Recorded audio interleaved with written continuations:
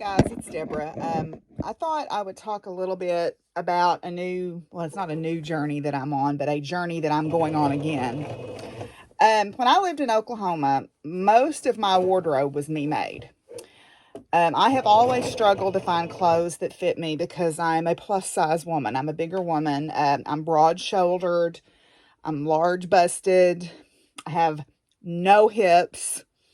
And I'm very tall, but I'm short waisted. So my distance from the shoulder down to my waistline is, well, I shouldn't say I'm short waisted that way, but I'm short through from the waist to my hips.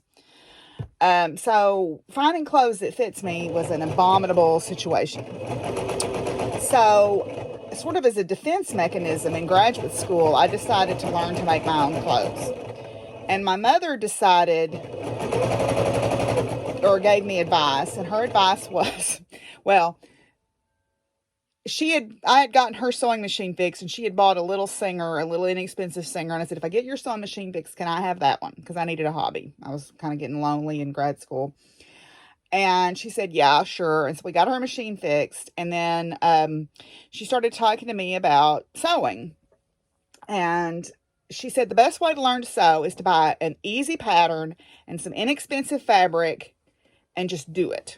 Just try it. No one dies if you don't like what you make. You throw it out, or you take it apart and fix it, or repurpose it, or whatever. So that's how I started sewing for myself. Now, along the way, I learned a lot about fitting my body shape at that time, which it has changed as I have gotten older, because this was 20 years ago, or 25 years ago.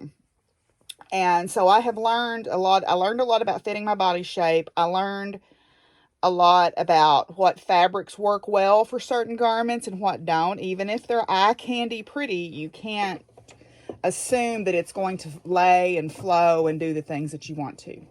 I also sewed for a band that I worked as a sound engineer for, a rock band, and I also sewed for a Celtic musician, and we designed and made a lot of her clothes. I usually took an existing pattern and then heavily modified it.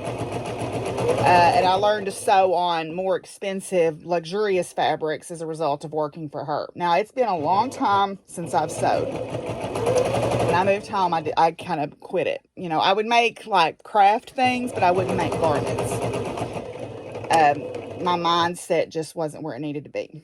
So, fast forward to last week, and I was doing laundry, and I was looking at the same pairs of yoga pants and pajama pants and blue jeans and t-shirts and hoodies, same set that I've washed pretty much since the pandemic happened. And I thought about all these beautiful shawls that I knit and how I don't really have any pieces to showcase them.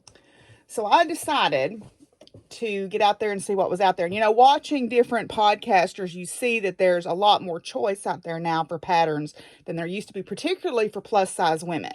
There's a lot more size inclusivity than there used to be. So I did some research. I purchased some patterns and purchased some fabric. I'm going to get started kind of slow, but I have in mind some sort of basic wardrobe staples that I want to make. And then we'll see where we go from there. I've got it in my mind that my ultimate goal is to make jeans, which I have done before.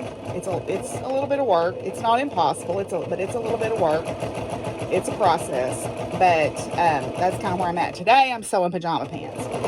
So, what I thought I might do is they're not going to be really tutorial videos because I'm by no means an expert, but I have learned a few tips and tricks over the years, and I learned what works for me. So I thought I would do a little video series of me working on my sewing projects. So if you want to come along on those journeys, they'll be a little aside to my regular podcast, and I'll probably talk about it on my podcast, obviously. Actually, instead of a tutorial about these pajama pants, I'm going to use them as a tool to make a couple of points. To me, the obstacles to me sewing for myself are many-fold, okay? The first one was I just got out of the habit of doing it. You know, it's something where, you know, if you make something a habit, then you're more inclined to do it, right? The second thing is I have to be in the right mental headspace. Now, while my parents were alive and I was seeing to their end of life issues, I just did not have the mental capacity to do it. Don't sew if you're tired. Don't sew if your mind is all over the place. That's my probably number one tip, because what I find, if I try to do stuff when I'm tired, I end up ripping out what I did or messing up something. You know, don't try to say, I'm going to make all my wardrobe me made. Say, I'm going to make a t-shirt, or I'm going to make myself 2 t-shirts, or I'm going to make myself 2 pairs of pajama pants, or whatever. Don't decide that you're going to try to shoot the moon, in other words. Small goals, I think, are useful. And that's my personal opinion. Now, that may work differently for you. The hardest thing for me to come to terms with about sewing for myself, especially now, is being honest with myself about what my body measurements are. And that's because, you know, I am a plus size woman. And society says that, you know, I'm unattractive or unappealing because of that. And I call BS on that. But it's still, you know, that little voice is still rattling around in the back of your head telling you those things. So you have to be honest with yourself about your measurements, because that's going to make your clothes fit correctly. And clothing that is fitted correctly is going to look better than clothing that's not. I mean, that's just the point of fact. You're going to have purchased the correct amount of fabric. You're not going to overbuy. You're not going to underbuy. Now, I always buy a little extra anyway, just because in case I have problems or in case I want to modify it. But, you know, clothing that fits correctly is always going to look better than clothing that doesn't. Now, however you decide to fit your body, whether you want to wear fitted clothing or more boxy clothing or whatever, that's entirely up to you. But making clothing that you're comfortable in is going to always make you look better, because you're going to be more confident. You're going to feel better about yourself. You're going to hold your head up. You're going to, you know, whatever. So be proud of how you look, whatever that is. I mean, I have always been a larger person. You know, I don't worry about what the scale says. I don't even own a scale. I worry about how I feel physically, and my blood pressure and my cholesterol level and all those things. Those tell me where I need to be. And then also how I feel, like, are my joints aching? You know, am I winded when I'm riding my horses? Whatever. That's all that matters to me. I don't care how much I weigh. So, but you have to be honest with yourself about your measurements, and that's the hardest part. The other thing is, don't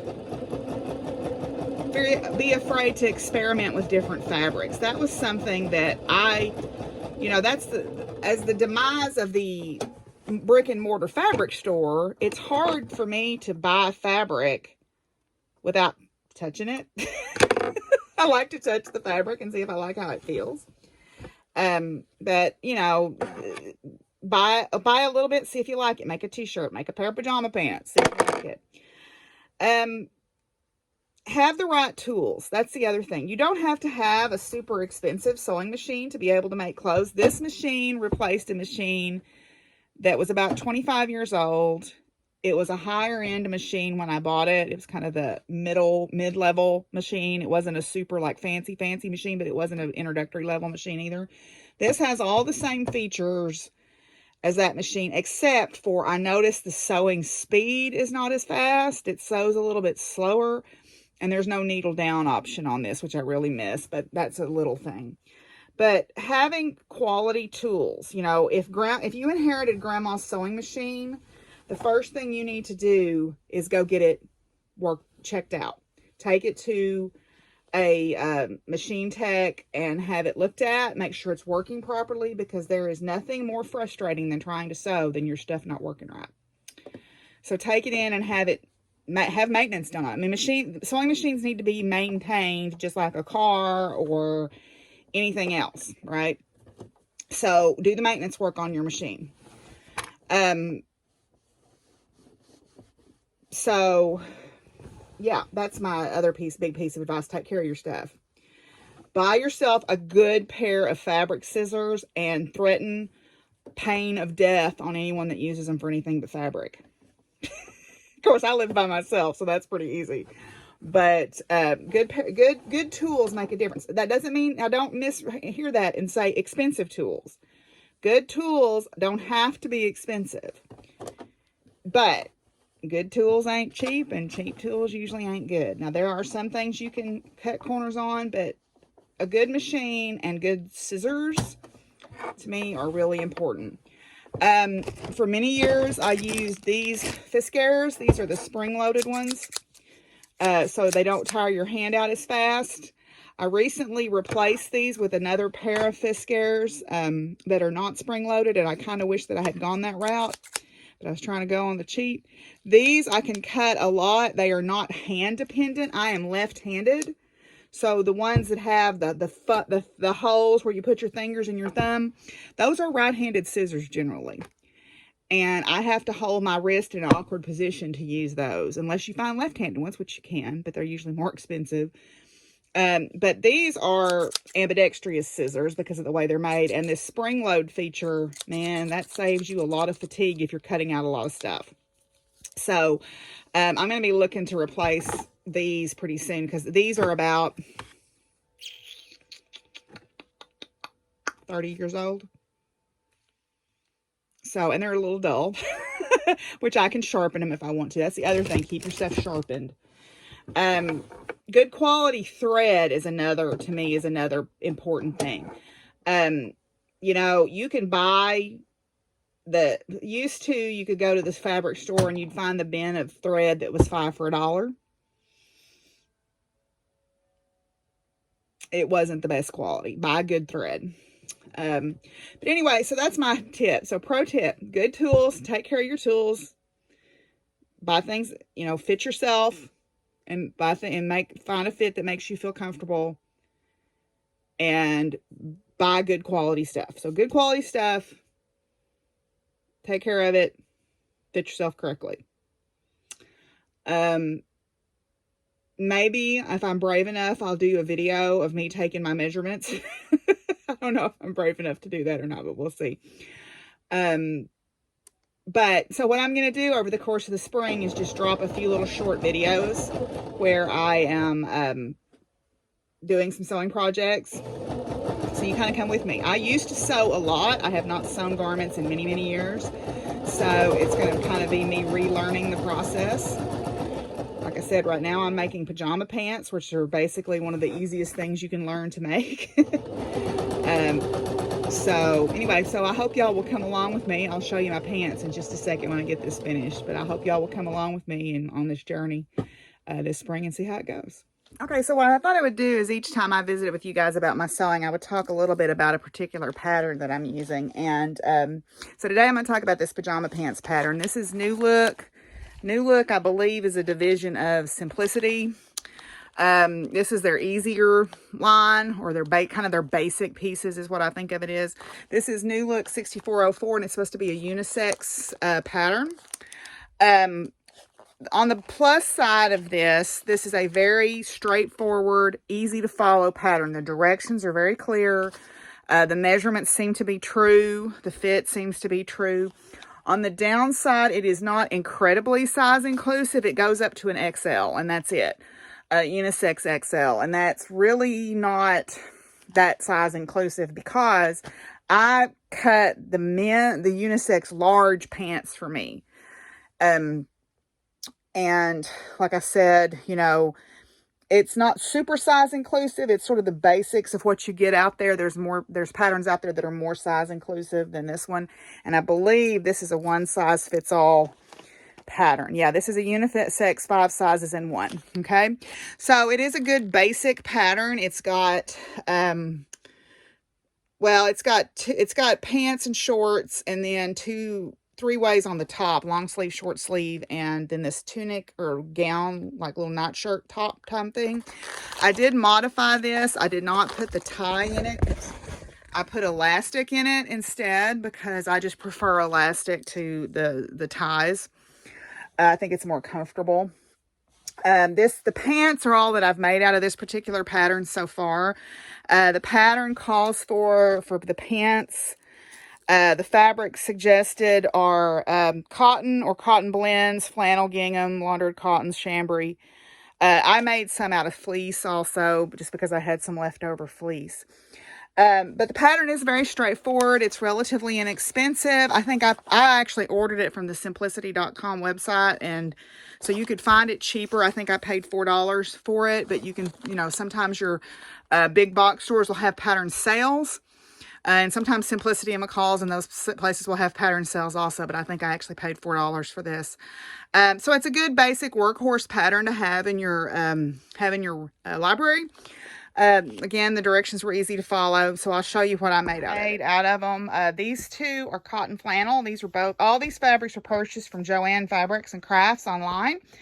I think they were on sale at the time that I purchased them. I don't remember exactly how much I paid for them, but they were on sale. These are both cotton flannels, not suitable for kids' sleepwear because they are not treated with the flame retardant stuff. And then this is a polyester fleece fabric that's got some stretch to it. These two do not have any stretch to them. This was the leftover fabric from making the neck gaiters for the Rainbow Riders, and I wanted to use it up.